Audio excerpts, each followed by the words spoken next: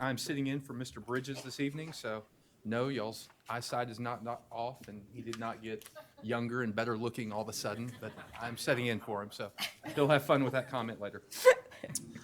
I call this meeting of the Prosper Independent School District to order. Let the record show that a quorum of board members is present, that this meeting has been duly called, and that notice of this meeting has been posted in accordance with Texas Open Meetings Act, Texas Governance Code, Chapter 551. I'll pray for us. Father, we thank you for this day and thank you for everything you've given us. We thank you so much for the rain today, Father, and bringing that to our area. Lord, we ask for protection for our state right now as we've seen people dealing with fire. Lord, just take care of them, their livestock right now, and just be with them in that situation. Lord, we pray for the people around the world in the Ukraine right now, that you would put a blanket of protection over them. And Lord, just we hate seeing what's going on, Lord, but we know that you have a plan. And so just look out for those people there. Father, here in Prosper ISD, we thank you for everything that you blessed us with as we now start into the fourth quarter of the year and things are winding down. Lord, we ask that you bless our students and our teachers and our administrators. Help them persevere to the end of the year. Father, for the academic side of things, help the students just push forward as well as athletics. Father, and also just this time of year as we head towards Easter, we thank you so much for just the greatest example of love that you've sent us in your Son, Jesus. And it's in his name that we pray. Amen. Amen. Stand for the pledge, please. I pledge allegiance to the flag of the United States of America and to the republic for which it stands, one nation, under God, indivisible, with liberty and justice for all. Okay, so tonight we were going to have students, and of course our administrators were going to be here, but we told them all to go home and get their cars and themselves in shelter. And so, but we don't want to miss the opportunity to be able to recognize it's a pretty big deal because both Prosper High School and Rock Hill High School, both boys and girls teams, both qualified for wrestling and swim and dive. And so we wanted to make sure that we were recognizing them, and we were going to have them here tonight. And Jacob Wimberly, actually from PHS, was a state champion, so he'll be able to have his big banner up on the side of the building, so we honor him as a state champion. And our Rock Hill High School, they were the state runner-up for swim and dive, our girls team, and so we certainly want to honor them and recognize them. I'm always so impressed, of course, with our PHS students, but especially when you have a high school that's only been open for 2 years, but a high school that opened in a pandemic. So this is really its first full year of being able to fully embrace everything and to see them excelling. Both of their boys and girls soccer team just won district, and so it's really neat to see such a young program being able to reach such great heights. And so we'll give all credit to Coach Little and not Mr. Toth tonight because she's here. How about that? I hope Mr. Toth's watching. No, it is. It's a combination of a lot of talented coaches and certainly a lot of talented kids and unbelievable parents who are dedicated to their kids. That's what makes it happen. So here are a few highlights just from pictures so that y'all get a little bit of the experience of seeing our kids and just the smiles. And, when we had the ice storm, I sent out to our staff a couple emails that students had emailed me. And one of those students said, please, please, please don't cancel the school day because we have our show reveal for band tonight. Will you please make sure you can cancel the rest of the day, but keep our evening event together because we don't want to miss that. And so a lot of the staff members were laughing, but we have to remember that these opportunities are the ones that really tie our kids to school and connect them to school to come in and do their learning. And it really makes those friendships for them for a lifetime. And so I just wanted to share that, and I wish we had the kids with us here tonight, but a little bit of glimpse into what they've been able to do. So at this time, last year, the Prosper ISD School Board, during their board retreat, committed to really community engagement and how we were going to have that voice of our parents being present within our school district. So I challenged each of the executive cabinet members, one passion project for the year of what you would do, and it would be a commitment for a full year, not just, hey, it's one meeting and we're done, but how will you have this on an ongoing basis to really connect with our community, our parents, develop relationships, but then also be able to really teach them about things that are going on in our district so that they could learn more. Dr. Bradley very quickly said, I would love to do a project called Prosper University where there would be select members who were able to come in and for a full year be able to meet with him, different leaders across the district, and learn more about what it means to be a school board member. Because I think there's a lot of misconceptions out there about what a school board member does. A lot of times it's, well, that's the superintendent's job. When I hear things, I'm like, well, that's the superintendent's job, and the board member's job looks a little bit different. And so I really appreciate, number one, Dr. Bradley taking this project on. It was something that was so needed, and we've gotten such great feedback from the individuals who attended, and so we wanted to recognize them tonight. Some of them were not as fearless as some of you because, well, they're not here. That's right. We tested their mettle tonight with the weather. But thank you, Dr. Ferguson, for that. It has been a fun, I think we met 6 times. Each time we met at a different location, and each time one of you came and spoke about your role, and so I thank you for that. But I think it has been an eye-opening experience for those that have participated, who committed to this. And tonight, we wanted, certain people got in and then couldn't maintain the commitment for other reasons, right? Family situations and so forth. But we had a group that attended at least 50% of the time. And so I wanted to take a moment to recognize them tonight. We have a certificate and a small gift of appreciation. And clearly, there were more that wanted to be here tonight because of the weather. They stayed away. So I do want to call their names out. But then we have 4 that are present with us tonight. I want to bring them up and get a picture with them and say thank you specifically to them. But of the participants that were there, Laura Caulfield, Kristen Etheridge, Pelagia Gambiza, Morgan Grahovic, Alexandra Martin, Tommy Van Wolf, Antoinette Williams, Gabe Brambilia, Lane Chambly, Debbie Jarzombek, and Michael Madala. One of the fun things about this group is that they were from all parts of our district, and we had on the first night them introduce where their kids went to school or how long they've been in the district, and it was a lot of fun to see the different sides of our district and then get to expose them to different facilities. And so we finished last week at the stadium and had the joy of going up in the perch and looking out, and it's the one area you can really see all of Prosper. And I heard over and over again, there's a lot of rooftops here. And that is definitely the case. And so I want to recognize those that have come tonight, and some of them have brought their families. So when I call your name, if you'll come up, we will make sure we get a picture with you. The first one is Jordan Dial.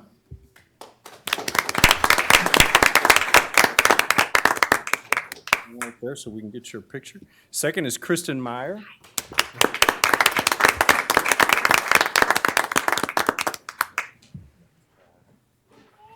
Next is Naveed Mir.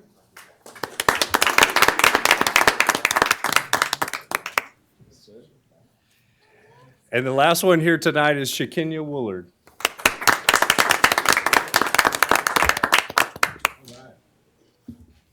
Let's get it. Do I need to pull that out of the way? Yes, I will come around. Step over that, we just. So the next step of the process is signing up. Did he tell you all that? No. 1, 2, 3. 1, 2, 3. Perfect. Thank you. Thank you. Thank you. Thanks, Donna.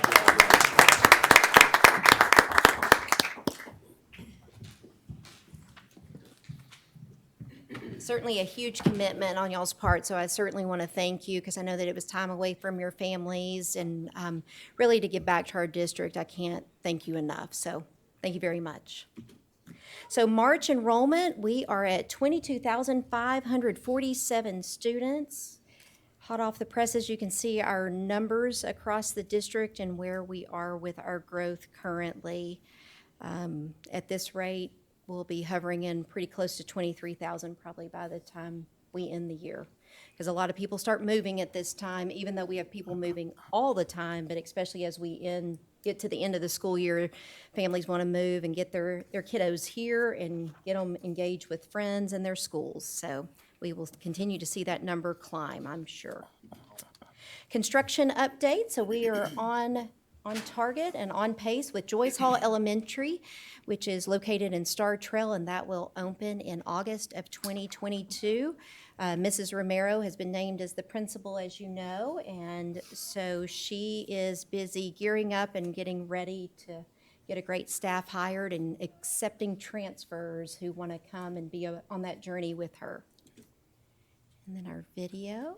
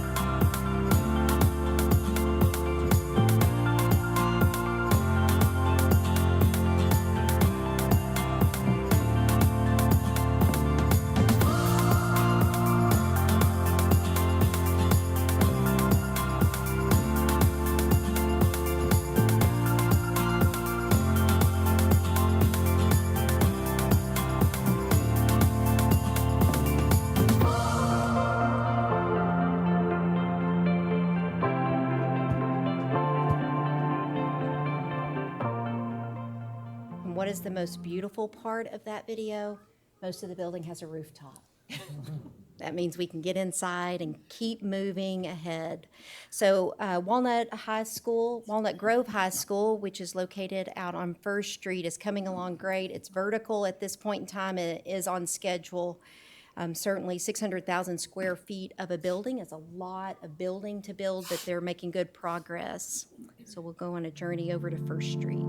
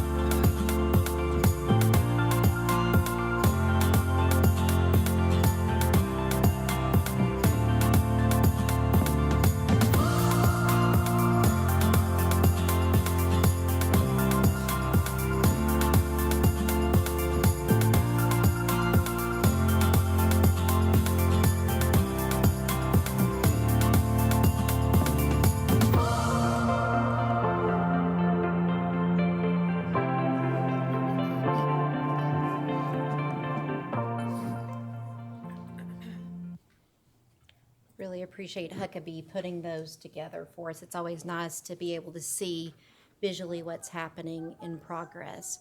So our class size waiver updates, I gave you the breakdown. What's posted on the board agenda out for the public is kind of everything that's going on, but it's been so small, I wanted to bring it in a little bit closer so that you all could see what schools are being impacted and then kind of where we are in our total. I believe we were at 91 last month, so now a total of 104 waivers. Any questions about that? No. Do you know percentage-wise where this puts us? I mean, does this continue to carry forth So last year was not a good gauge because we had about 5,000 students that were sitting out virtual and about 15,000 students that were in class. And then that varied by campus to campus. So it's kind of hard to see. I will say that we did push the limits of our class sizes, not knowing what virtual school was going to look like or in person this year, plus with just making sure that we had the funding in place, trying to make sure that we had everybody hired that we could, because we had teachers that were leaving because of COVID. And we're going to make some adjustments moving forward, especially in these kind of fast growth areas. You're going to see more adjustments of a starting class size of probably 18 versus trying to push up to that 20 or 21. And as we know, the state law is the 22-1 for kindergarten through fourth grade. So we're going to kind of pull back. But you may not see that, say, at Folsom, where that's more of a terminal zone, because we know if a home's being sold, there may be kids moving into that home. But we're not going to have this fast-paced growth. Light Farms, Winsong Ranch, Bryant, all these schools listed, we know their homes still on the ground. Rutgers really kind of the only anomaly in that, but that's a product of dual language also being on that campus in the numbers.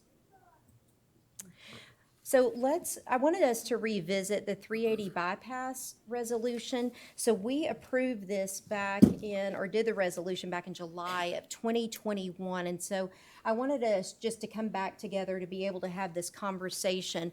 Prosper ISD's resolution was one that was really grounded in safety and really looking at what would be happening with our students, specifically with transporting students. We didn't want them on a bypass going through the town of Prosper to be able to get from one location to the next.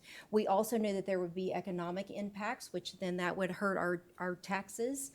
Because if a bypass is going over and there's no off-ramp, that means that probably a business is not being built underneath that, nor will homes be built probably underneath a bypass. I don't know who would sign up for that.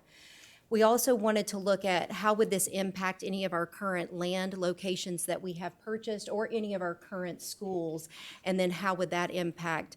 The good news is that we don't have a big impact in the current plan of where it would go. It really, just to kind of give you an idea of where the bypass would really impact, would be Founders Classical Academy, because it's going to run straight through that school. And so, but as far as a PISD facility, we don't have anything, because I remember our high school that we just looked at is a little bit more west of Founders Classical down First Street, so the bypass wouldn't come through to hit the high school location for Prosper ISD, but Founders Classical, the charter school, would be impacted by that. So we certainly want to join forces with the town of Prosper and then our residents who are opposing the bypass. There is a meeting at Collin College tomorrow night, the McKinney location, I believe. And so we're encouraging our families, our employees, if you are wanting to be active in that, to certainly please take it, that advantage and be able to go and speak specifically to that, because we are in opposition of the 380 bypass coming through Prosper. As we have always been. Always. Yeah, that has not changed since the word go, as soon as we knew that the 380 bypass. The other thing, which is a great service to our family's main gate. So the 380 bypass would go through Main Gate, which is the therapeutic horse farm that's out on kind of Custer area. And so we would not want to lose that service in Prosper ISD for our families at all. So I agree. 380 bypass is a bad call. Something is wrong, Siri. Thank you, Siri. Even Siri agrees. There we go. It's official.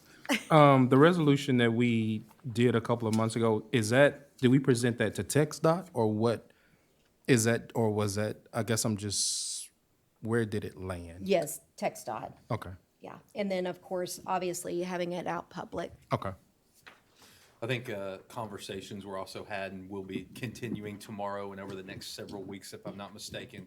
So people will know this. I know the town council is making a large push for this. They will also kind of include this we have the backing of the school board as well in this. And I know a lot of the HOAs are involved in that, so. I think we had some public communication that went out from the town of Prosper, actually Okay. this evening, saying that the town council, Prosper ISD, Prosper residents, that we're Okay. all in agreement to opposing the bypass. But we've already taken the necessary steps. We don't need to do anything else. Yeah, with our resolution, we've done, I mean, we could go and do this resolution again, but it would be the same exact Right. resolution. Okay.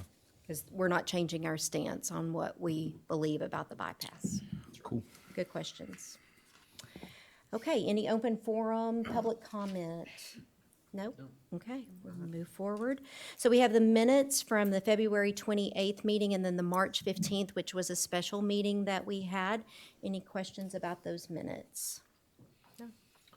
No questions. It is an action item, so I'll entertain a motion. I'll make a motion to approve the consent agenda. Thank you, Ms. Smith. Second. I'll second. Thank you, Mr. Cavender. All in favor? It's all of us. Okay. So last month, we brought to you zoning that would impact Boyer Elementary and Light Farms Elementary. And one of the things that Dr. Bradley and I did is we held a meeting so that those families could come and voice their concerns. They brought great ideas to us. We had some intense fellowship, and we got some things kind of worked out on how we would move forward. Certainly keeping you all in the loop with feedback from the zoning email, but also the feedback that we had gotten in that specific meeting. And what I gave them as the next step is that we would get back to them prior to this board meeting so that we could have a conversation of what we would be recommending to you as the school board members. And so the ones that attended were extremely pleased with what we came, and it gives a ton of choice for them. If you'll remember, the impacted areas were out of Light Farms, this area right here, and it was Hawthorne, Parkview, and Hazel were the specific areas that were being impacted through that. And what they were concerned about is that their students were going to be moved away from Light Farms and not being able to stay there. Both Boyer and Light Farms were concerned about capacity, right? And so, and the growth in those areas, because there's homes still being built, as well as, you know, the apartments and some of those long-time rentals too, which we know children will be in those. So what we did is we went back to the demographer. Dr. Bradley got with our demographer, and he kind of drew some new lines for 23-24 and kind of removed that year of the 22-23, but took it out another school year. So what we are proposing to you for consideration for recommendation is that any new move-ins into Hazel, Hawthorne, or Parkview, they would move into their home, but then they would be zoned to Boyer. And so they would go and they would enroll, because there would be no reason for them to go to Light Farms, because we would be moving them during the 23-24. So that then eliminates a move or an additional move for those students. And then the current families that are in Hazel, Hawthorne, and Parkview, to be able to go ahead and give them the choice of either going ahead and making that move to Boyer or remaining at Light Farms. Some of the parents ask, like, if I have a rising kindergartner, could I send them to Boyer and then have my third grader stay at Light Farms? And I said, absolutely, but you get to work out transportation to try to get those two kids in two different places. And they kind of laughed, but it is a real reality when you split schools. So the choice is theirs to be able to make that choice. And then in 23-24, those three areas will be zoned to Boyer. Okay, so that way it gives them a full year. One of the things we talked about is always when we're looking at zoning, one of the biggest concerns are students with high anxiety. They get very overwhelmed by things. Sometimes it falls into the special education arena. And so we really talk to them about that every parent knows their child and knows how that may impact them. And so we would want them to make the decision that if their child is a child who, like, a year is too long and it's just going to be nothing but anxiety for an entire year, it might be a good decision to go ahead and make that move and make that happen now. If they need, say, a transition plan through special education and they're going to need that full year, then we would say stay at Light Farms and get that transition plan in place with our special education team to make sure that that student has the support and that the family has the support. And we're so very fortunate because you all have provided us with the Family Resource Center, and that's specifically what those ladies do over there, is help with transition plans, one of the many things that they do. So we felt like we kind of landed on a best case scenario, and then it started to go ahead and move the numbers. What we would recommend too is that if this is approved, that tomorrow, if a family walked into Light Farms and they were in Hazel, Hawthorne, or Parkview, we would send them over to Boyer to go register. So that way they don't have the move. So because if we know this now and it's been approved, we might as well go ahead and get the kids in the right location so they don't experience that move. We'll do a very similar situation that we saw when we did the choice form with Rock Hill High School and Prosper High School. So for those existing families, if they're wanting to go ahead and make their choice out of those 3 areas, we will release in Skyward based on your approval, and they'll do a form and they'll say, I want Holly, my 3rd grader, to attend Boyer, and I want my 2nd grader to attend Light Farms. They'll make that choice in the Skyward form, and we'll certainly give them a click sheet and directions on how to do all of that. We're going to provide 3 tours of Boyer, and so we have our great parent ambassadors who are doing tours already on March 23rd at all 20 of our campuses. So we told parents that's a great one to go ahead and take advantage of. And then we're going to provide another tour date for April 1st. And then I need to work with Mr. Bill, the principal at Boyer, so that we can provide a time after school hours for the students to be able to come in and tour and be able to see the facility also. Obviously, the great thing about our buildings, though, same exact footprint, and even some of the parents were like, the kids were like, we drove by and they're like, it looks just like Light Farms. And we're like, yes, it does. So.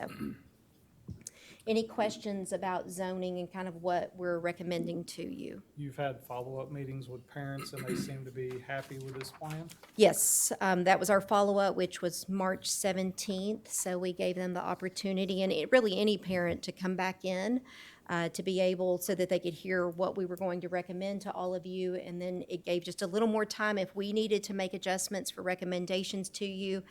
But they felt like that we had landed in a really good recommendation of choice, and it gave them the ability to be able to make a choice based on what was best for their child and their family.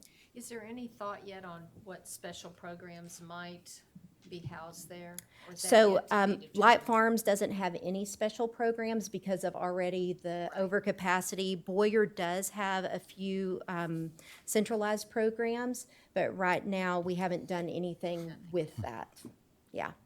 So, but certainly have been talking about it. And the parent meeting came after all of the comments came in, is that correct? It was So we were getting those, comments it kind of happened because it was during spring break, so we were Right. getting comments. Now, we did our parent meeting, we brought them in before spring break because we didn't want to leave them for a week without the ability to be able to have some FaceTime. So we went ahead on that, the 4th, which was the Friday we got out for spring break, brought them in. Anybody that wanted to come, I didn't know if I was going to have 600 or 600. But anyone that wanted to come and attend, and we would hear what their concerns were, and then kind of go back to the drawing board, back to the demographer, certainly provide you all with that information to feedback that they were giving us. And then our zoning email link that I sent to you of feedback, Yes. then also taking that into consideration. You know, because some parents were saying, no, it needs to be done because Light Farms is over capacity. They were interesting Yeah. comments. It was So all over the place. It was, but every parent knows what is best for their child, so they are going to base their decision on that, as they should. And I think for me, I'm happy to see that we're able to give a choice to parents. I don't know about other board members, but I did get a couple of email about it, and it was, I didn't know the term intense fellowship at the time. I probably It's a would have. nice way of saying Yes, that, I like we that. talk I'm gonna sternly use to that one one. another.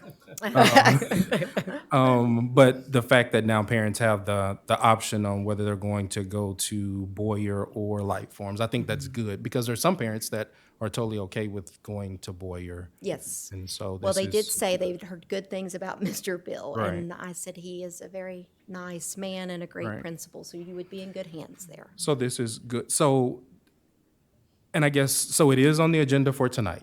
And we did not have any parents to speak on this during public comment. So I think that is kind of indicative of we're in a good place with it. And we were very clear that this is the moment that we bring it back to you all, and that you then, make your motion on if you're going to approve the zoning. And they were concerned, they were like, so what are the odds? And I was like, if we've done our due diligence and we've informed them and we've given all of the information to them, best case scenario. Cool. Right? But if not, then it could look different. Well, I appreciate you and Dr. Bradley meeting with the parents so soon after. I think there was some confusion or misunderstanding going into the last board meeting of what was actually going to take place at that standpoint. So y'all met with them quickly, listened, they put together, we saw it, a very good, detailed account of what they were asking for. And I think that y'all really knocked it out of the park with what y'all brought back and have put before us tonight. So thank y'all both for doing that. Well, we commended the parents because it pushed us too to really think outside of the box and think of a different way to do this. And so because of what has occurred and kind of the feedback, and I do want to give just a lot of hats off to this group of families too. They came to the table, of course, intense fellowship, but with a collaborative mind of we have to be open to things. So it was not a yelling, screaming match of, the school district this and that. It was more like, this is what we're wanting, this is what we're thinking, this is what we know. Now, what do you all know? And then they wanted to work with us, and I told them that this is the perfect scenario. And they pushed our boundaries, literally, play on words there. And so it really made us think differently. And so it's made us really sit and reflect and think about how do we want to look at zoning moving forward and what adjustments do we need to make to better support students, most importantly, but also the families impacted whenever we have to do zoning because of, the fast growth and all. Their PowerPoint presentation was nice. I mean, some of them might end up with a job in Right, Prosper it was. ISD. It was impressive. So just need to get them certified. That's all. Well, with that, we do have an action item tonight on zoning. So any other questions, comments, anything of that nature? All right, then, would somebody like to make a motion? I'll make the motion to approve the boundaries as set forth, as Perfect. we've discussed tonight. Thank you, Ms. Thompson. Second? I'll second. Thank you. Pastor Wilburn, vote? All in favor? Sorry? That's all of us. All right. Good job, guys. Thank you. Okay. All right. Moving on. Business. So we have Dr. Penn on stage. I mean, at the podium. It's gonna be a show. It's all right. You had it right. All right. Like it. Good evening. Before we begin with the financials of February 22, I wanted to give just 2 words of gratitude for a few people on my team. Getting the financials presented every month is always a heavy lift, but especially with spring break. And so Director of Business Services, Ms. Cease, Accounting Manager, Mr. Pogue, and Accountant, Mr. Baker, show a special appreciation for them. And then also made a few adjustments on the technology side. And so thank you to Mr. De Velasco and his team. You did change the format this month. I did, Like, and I I'm like trying to it. get fancy with my tablet here. So we'll have some modifications, but I do appreciate their willingness to help make it as seamless for me and for you and for our audience to see it. And so I'm just grateful for all the people that have provided the help especially with the break in there in between. 2 main points for the transition, just so you know. It's all of the same data. It's laid out a little different, just for, honestly, some of it's just my comfort level and the order to present it. And then some of it is that it's coming from some softwares where we can upload from our system. So as opposed to importing manual input into a PowerPoint template, we'll be able to run it from some of our software. So that was kind of the driving changes. But if you have any questions on it, I'd definitely be glad to. But you'll see the same information, just rearranged a little bit. All right, so this first slide is our investment portfolio. So this is going to account for all of our fund balances for our different funds and for the cash we have, so the revenue that we've received this year. I'm going to highlight some of the larger ones. So the first one is the bond funds. These are what we use to make the construction payments. So we'll still highlight the programs at the end, the ongoing construction projects, but this lines up with the projects that we saw a minute ago. So as we construct and we make payments on those applications. So that is remaining. We have 164 remaining from our authorization in September to pay for the ongoing construction. The general fund has a little under 193 million. That's made up of the revenue we've received this year and our fund balance carry forward. Those are the bulk of our cash and investments, totaling the 404 million. It's still broke down, comparing the years and the yield. So hopefully we'll see some interest rates to start picking up to help us on this side. The next slide is our general fund. So general fund generally is the 199, but we do break out some of our funds. Athletics, we always see separate as 164. That is all still broken out, but it's included in these numbers. So we'll break it out in a minute, but know that the natatorium, any of those other funds, they all make up our general fund that you adopt. So our tax revenue, we've got about 98% of that collected. That's tracking well for the year. We'll continue to have some delinquent taxes roll in. The other thing, the tax office will hold on to a portion of our taxes to pay their refunds. So as they get refunds late in the year, they don't find themselves in a pinch to make those. So once those refunds are complete, we'll also get the remainder of what they're holding back. So tracking well to receive all of the taxes for this year. Revenue, again, looking well, 81% of our revenues in. Some things we'll watch on that. We'll get a better feel late in the spring. With the COVID increase in January that was seen across the state, our average daily attendance was down across the state. We feel like TA is going to do some sort of a hold harmless, so we're waiting to see what that looks like. And then as we get our fifth 6 weeks numbers in, middle of next month and six weeks, we'll see where we land. But we do plan to beat what our budgeted revenue is, so we're feeling really well about that. Dr. Penn? Yes, ma'am. Just real quickly, will you remind everyone how many days out we have to have kind of on hold and reserve in order to make sure we can pay our employees because Sure. of the bulk majority of our A budget going minimum expected is about a 3 months Okay. or 90-day amount. With the way our budget is, as you know, very unique, it's better for us to have more than that because the years where we open 2 or 3 campuses, especially high school, that really hits our budget really heavy in one year. So we want to be able to put back in some years to withstand those heavier years to kind of level it out so we don't have a year where we can't feel like we can do anything. So we With our currently have ads we currently too, have about right? 6 months right now, and that's really, I feel like, a good place for us to stay. Probably a safe place for us to Right. be as a district, just because we do have ads that we Right. make throughout the year, especially with special education numbers. Sometimes when we get to a certain place, then we're trying to hire additional paraprofessional or a teacher, and that happened and has happened for years where we need those additional personnel, and it just has to do with growth. Specifically programming, we'll see, but sometimes it's because, hey, we need to try to hire a third grade teacher. Right.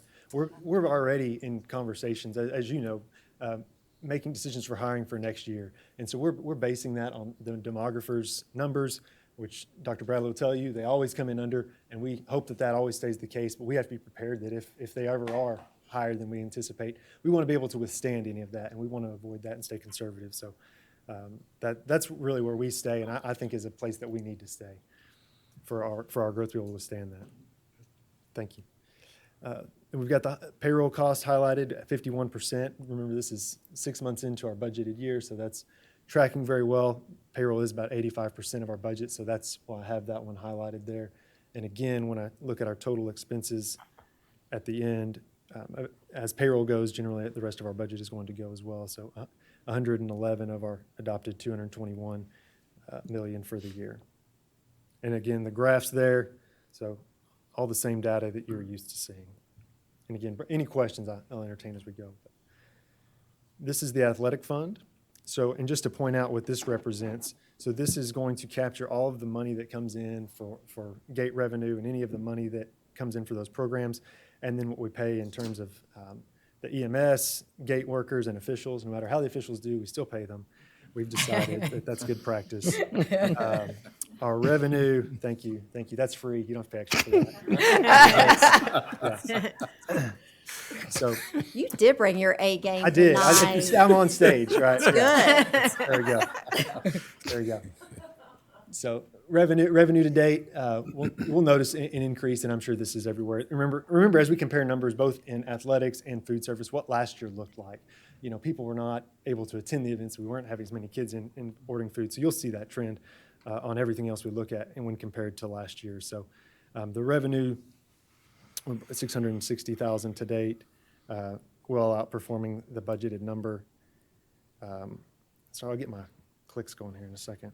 And then the expenses, about half of what our revenue is. So that surplus of 319,000 on the previous format that was referred to as the cash flow, but same thing, that's the surplus. So they are paying for it. One thing I want to note too, this is a little bit more breakdown than the other template saw. So you'll see in there where it's broken out in the current year-to-date as professional contracted service and payroll. That just has to do with the way we're paying our gate workers. We're running that through the payroll system as opposed to a contracted service. So that's really more of an accounting change than anything else. It's not a difference in budget. It's just the way we are making that payment.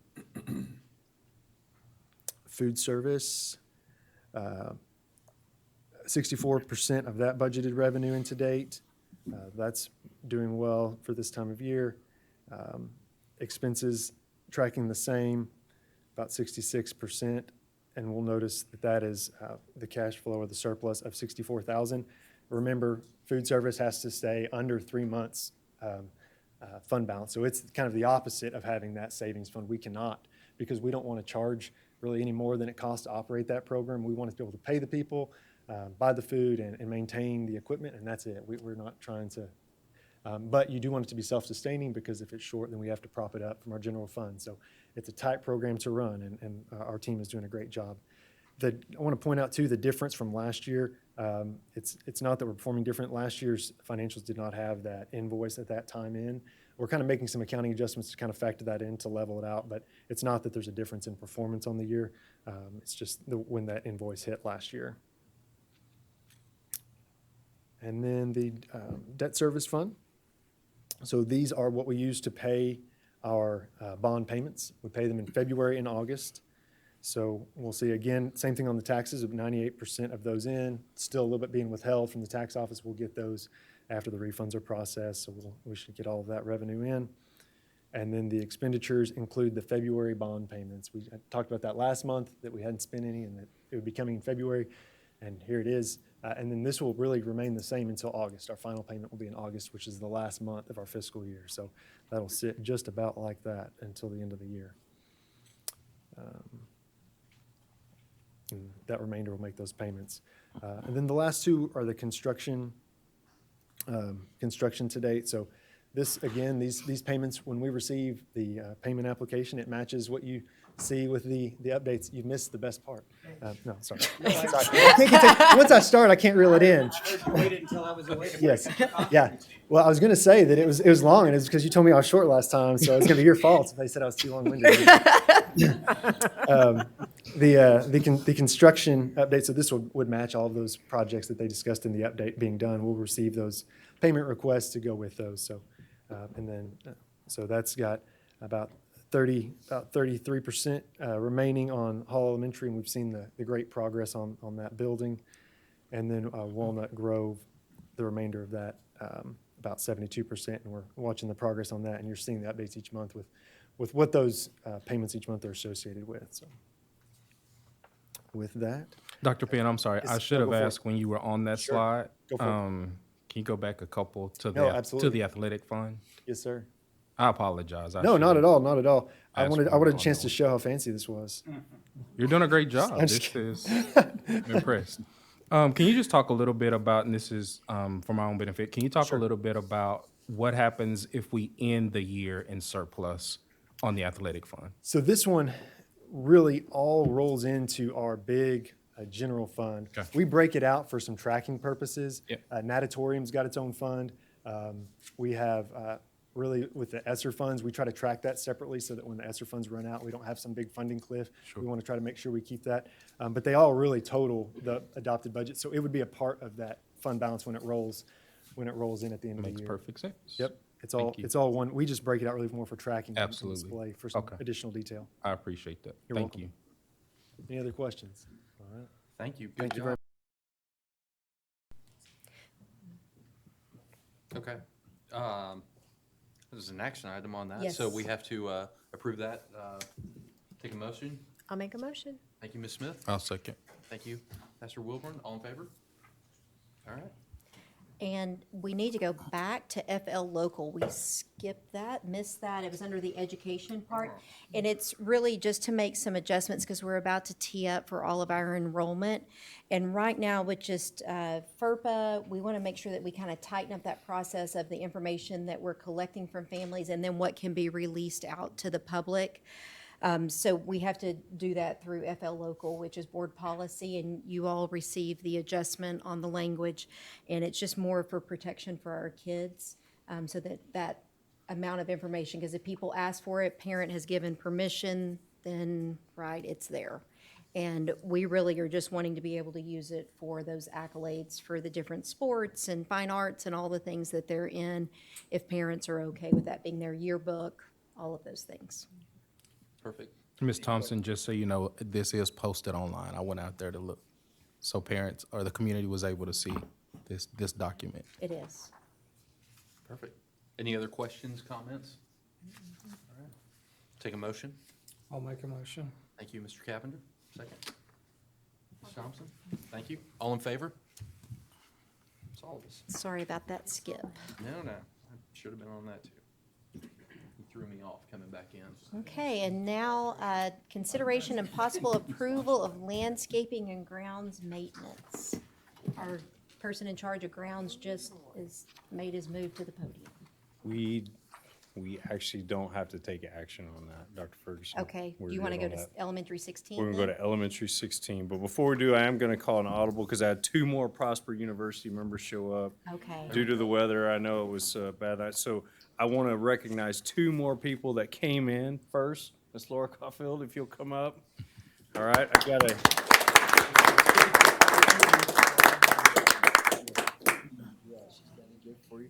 And then also Miss Alexandra Martin came in, so I want to recognize.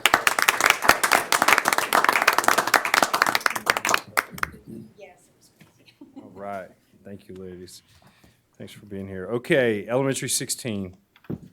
I have bringing you a guaranteed maximum price tonight. We assigned these at CM at Risk to POG a couple months back.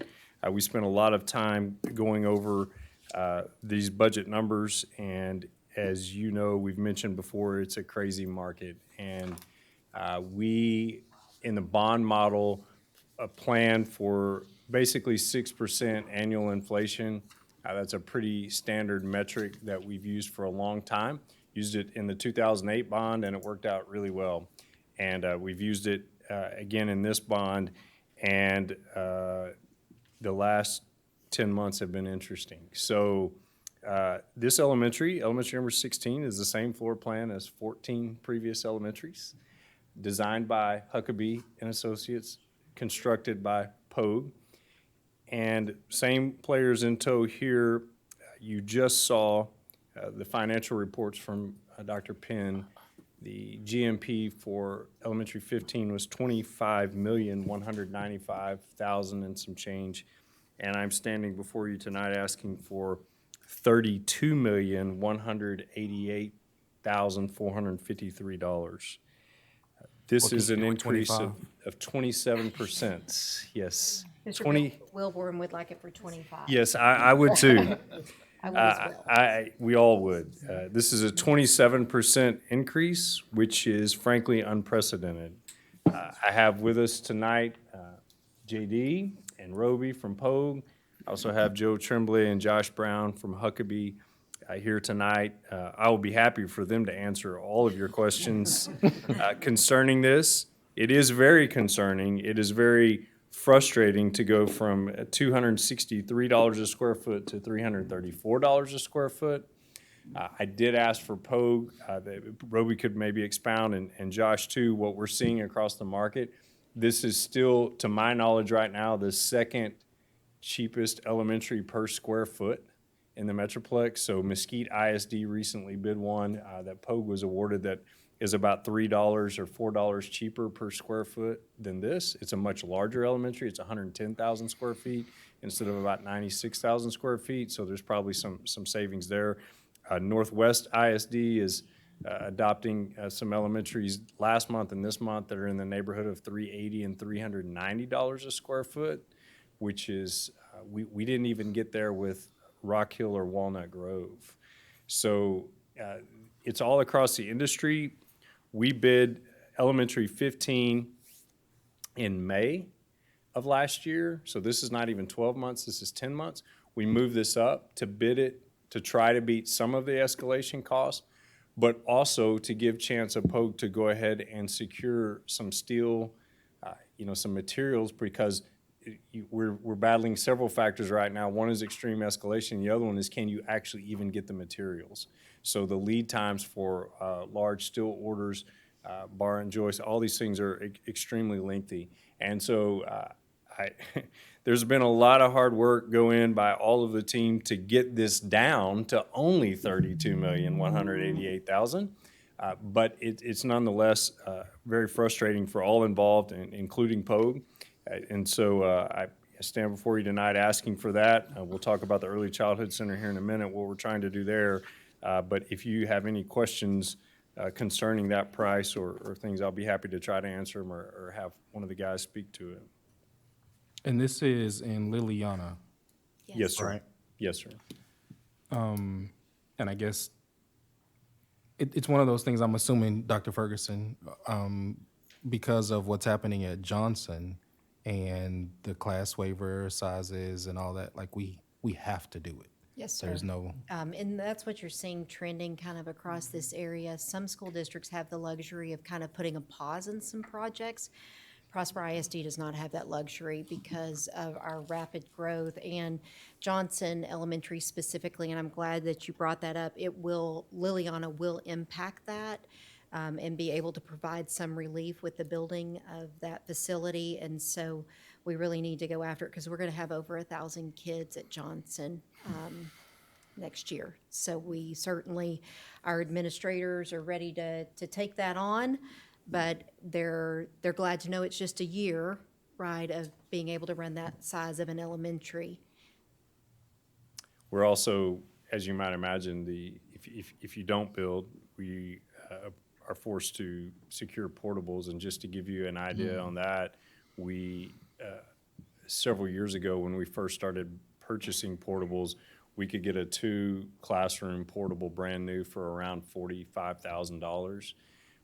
The last 2 portables we just bought were refurbished, and they were $67,500 per portable. So again, they're made out of lumber and steel and metal and aluminum and everything else, and so we've seen that's clearly almost a 50% increase. I know a neighboring district we paid about $700,000 for those 12 classroom portables at Prosper High School. And I know that Prestonwood just purchased one that's just under $1 million for about the same square footage. So there's not a lot of good options as the prices have gone up on everything. But we're seeing it everywhere, right? Groceries, cars, gas, the impact is real. Roby, I guess y'all still see the numbers running today. Do you see the end of that at any point, or I mean, is there any silver lining in this to come, or, we're going to be sitting here in another year looking at high numbers again? Thoughts? It's a crystal ball. Sure. At this point, so we don't know. If the last year is any indication, I would say that it's continuing to trend up. But if you look at some of the specific trades, we have seen some of it start to level off. Okay. So there is hope, I would say, that we're Good. not going to see quite the exorbitant amount of escalation that we've seen in the last couple of months. Okay, that's good. And we are, Dr. Penn, keeping a close eye on, as this, our last bond that we had passed, this will certainly affect those numbers. You're keeping a close eye on that? Yeah, we're working together with Dr. Bradley and his team at North Johnson, and also Doug Witt.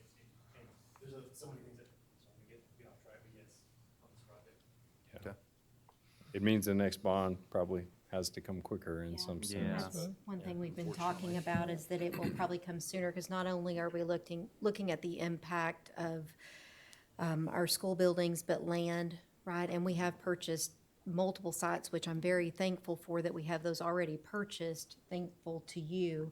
I'm thankful that our third high school came in before all of this hit, because at 200 million, that's a steal these days. And so it will make us adjust our bond model probably sooner. So 2019, 1.3 billion approved, but it's going to go pretty quick. Buses, land, safety and security, school facilities. So we will get there probably sooner than we expected is what our conversations are. I think the only compliment I can give to Pogue tonight is to say thank you for the line item detail. This was very helpful in our packet to be able to see kind of how it was broken out.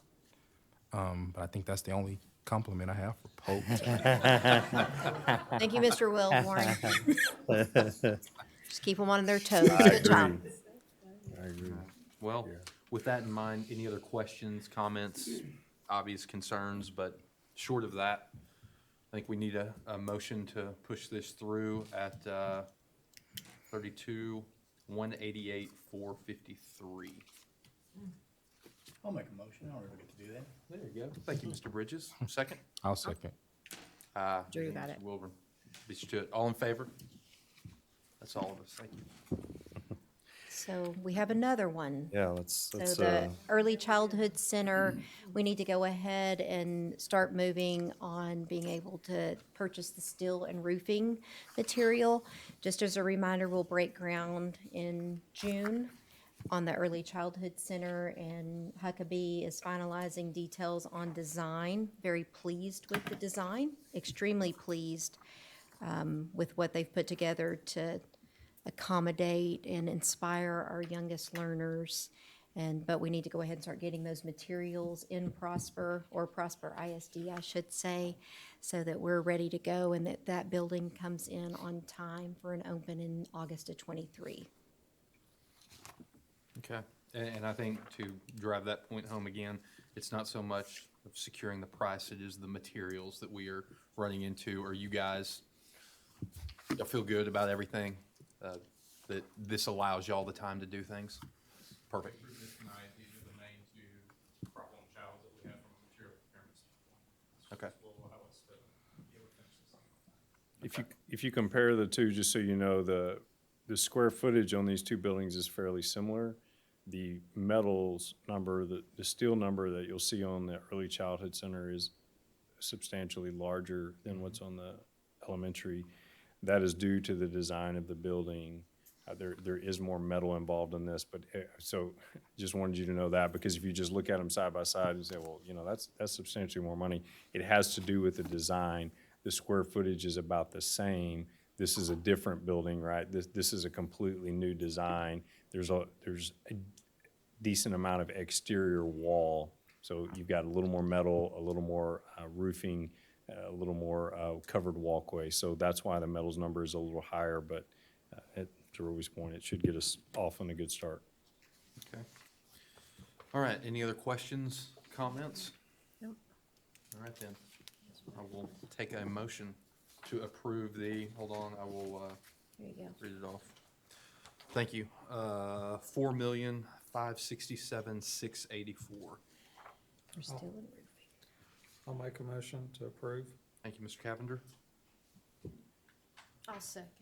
Thank you, Ms. Thompson. All in favor? Thank you, that's all of us. It's getting kind of quiet in here, so it's a lot. It's heavy, for sure. Consideration and possible approval on network electronics for Prosper ISD Technology Department so that we can refresh those specific buildings. You can see those are more aging facilities in Prosper ISD. The good thing with this one is that we do have the ability to apply for E-rate funding, which will then return about 40% if we're approved back to the district. So that is a win for this agenda item. So category 1 for network electronics, looking at 160,000, and then category 2, network electronics, 2,757,516. Know that the bulk of that, when you're looking at the list of facilities, you've got elementaries, a lot of that is PHS. Obviously, that's always going to be a little bit heavier than an elementary just because of the student demand and then the staff demand, because you're looking at probably upwards of 200 to 250 employees who are at a high school in comparison to 50 or 60 at an elementary. I'm just curious, is this a phased approach, or are these really the only campuses that need a refreshing at this point? Because they're older campuses. It's because they're older. It's the campuses. age. It's an age thing. Okay. The technology ages out. Now, what's Okay. the typical lifespan of the equipment once we install it? This equipment was installed between 2015 and 2016. There is a phased approach. We started last year with one middle school, Reynolds. Okay. We could then purchase more schools, so we delay some of them to this year. Okay. That's why this year is a larger purchase. Okay. Still, next year, we will have the third phase for all the original schools from 2016. That helps. Thank you, Mr. De Velasco. And I take it we'll be able to sell the equipment we remove and recoup some of the money that way? Actually, I'm gonna keep much of that as a spares for the other schools until we finish the other schools. Okay. So we'll recycle it back into our other schools? Or sell it once we are in the clear with all the schools done. Yeah, with our fast growth, we've got to be ready to go, especially with the demands we're talking about with any supplies, but Chromebooks are in the same situation, so we want to make sure that we've got some ready to go as these new kids start.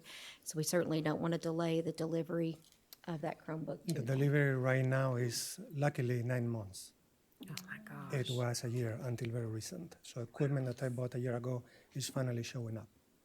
So moving now forward is 9 months, so good That's shape. all equipment and Chromebooks? No, networking equipment. Networking, 9 months. Chromebooks is 3 months, 4 months.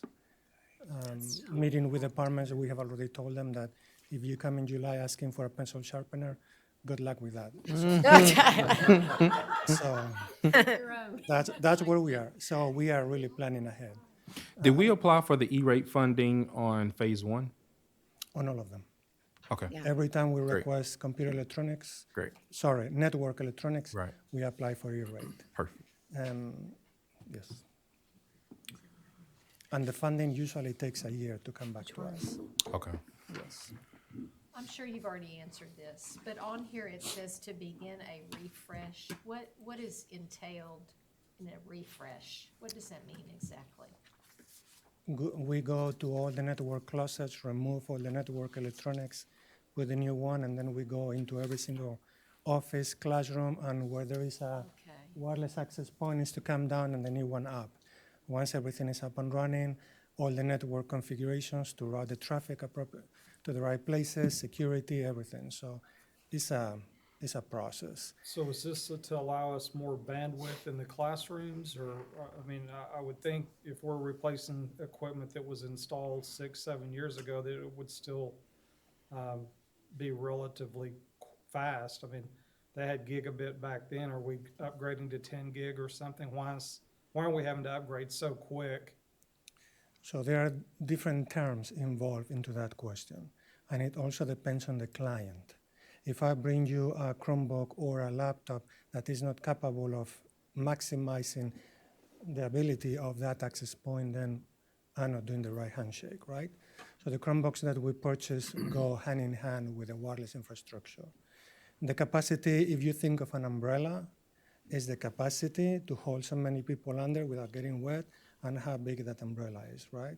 But I have the rooms side by side, so I cannot really go that big before interferes with the other one. So we're There is much upgrading behind the the scenes. router or the modems in the classroom to just handle more traffic. Well, our network infrastructure supports 10 gig at any given time, Okay. yes. For the pricing that's here, is this equipment only, or does this also include some installation? Turnkey solution, I'm sorry? turnkey solution. Okay, It will be perfect. the battery backup units in the closets, the configuration, the services, installation, everything, good deal. yes. All right. Thank you. Sounds like the time is of the essence with this ordering, so I'll go ahead and entertain a motion. I'll make the motion to approve. Thank you, Ms. Thompson. I'll Second. second. Thank you, Ms. Smith. All in favor? That's all of us. So get after it. Okay, do we have any non-agenda related items for public comment? Okay, thank you. Then we will need All a right, motion to go to yes. executive session. Motion to go to executive session. I make a motion to go to executive Thank you, session. Ms. Smith. I assume you second, Ms. Thompson. Hold your All right, hand down. That's all of us. We will go into executive session and come back out to conclude any business that we need to. Thank you all very much. You are welcome to stay or go home and get dry. We'll take Dina with us.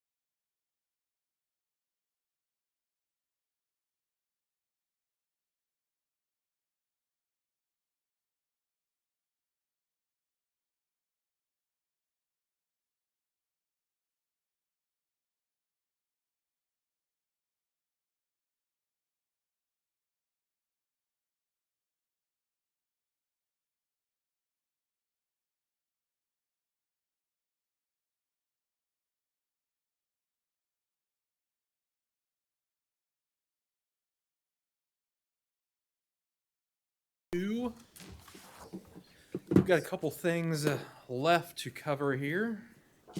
Got my paperwork. Where are we? Right here. Thank you. All right. Personnel. Okay, so we have got it's not firings. I'm sorry. Resignation. Resignations. Thank you very much, Mr. Wilbur. So we've got resignations. Y'all have seen the list. Any questions? Okay. Motion. I'll make the motion to accept the resignations as listed.